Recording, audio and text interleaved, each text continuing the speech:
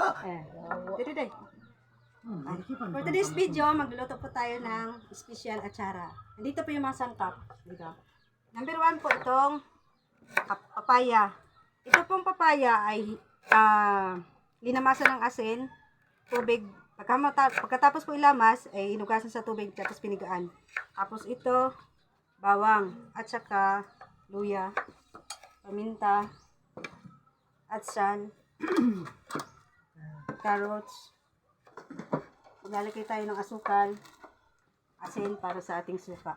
Ngayon, napakulo na po ako ng yan, danday. Suka, ito na po yung suka. Ayan, focus. Yan. Dira. Ito po, kulo na po ito.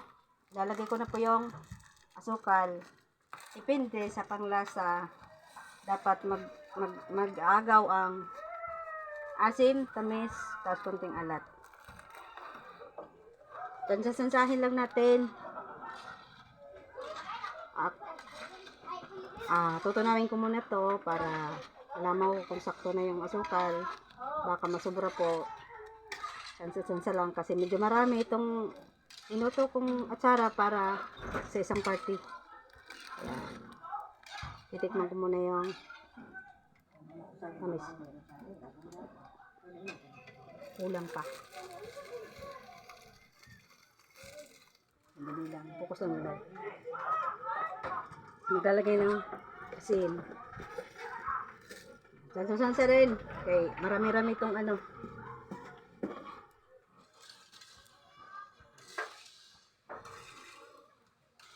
Pag masakto na sa panlasa ko yung ano, timpla, hanguin ko na to dito. Ay, hanguin na pala to, tapos papalamigin na.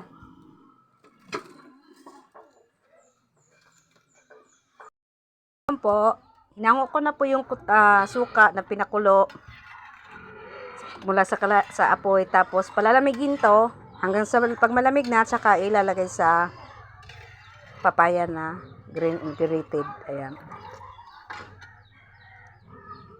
may asukal na po yan, kunting asin. Mamaya na ako magtansa ng asin kasi baka mamaya sobra ang lasa kasi yung papaya po ay linamasan ng asin.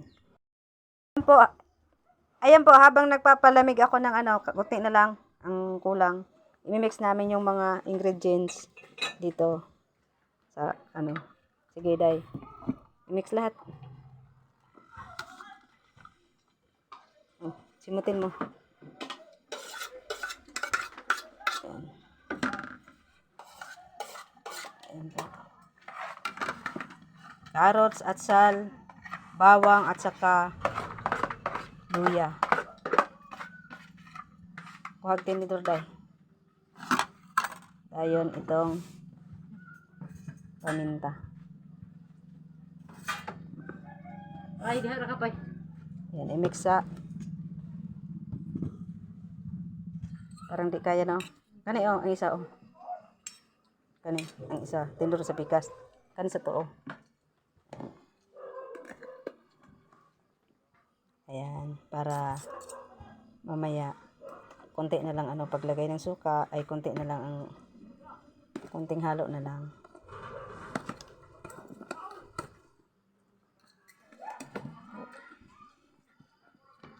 Special atsara ala Luwela. May pangalan pa. Take note po, pag maglalagay po kayo ng suka, pagkatapos pakuluan, hintayin malamig, saka bago ilagay para hindi maluto ang ating papaya.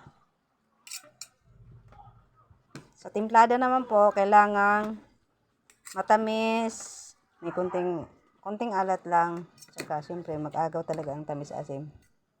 Ayan po yung atsara. I-pause ko muna. Ayan po, malamig na po yung suka na may asukal. Ilalagay na namin sa atsara mixture. Ayan, sige. Isa. Okay,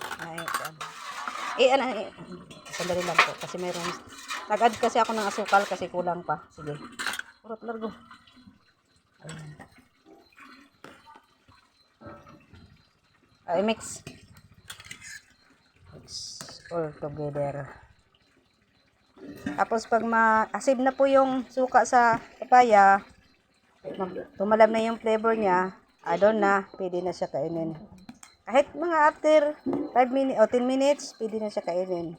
Pero mas masarap siya pag overnight. Pwede ilagay sa rep, pwede rin hindi yan masisira. Yan. That's for today's video. Thank you for watching. Ayan na oh. Ayan sabaw. Matutubig din mamaya. Yummy kayo guys. Okay. Sarap.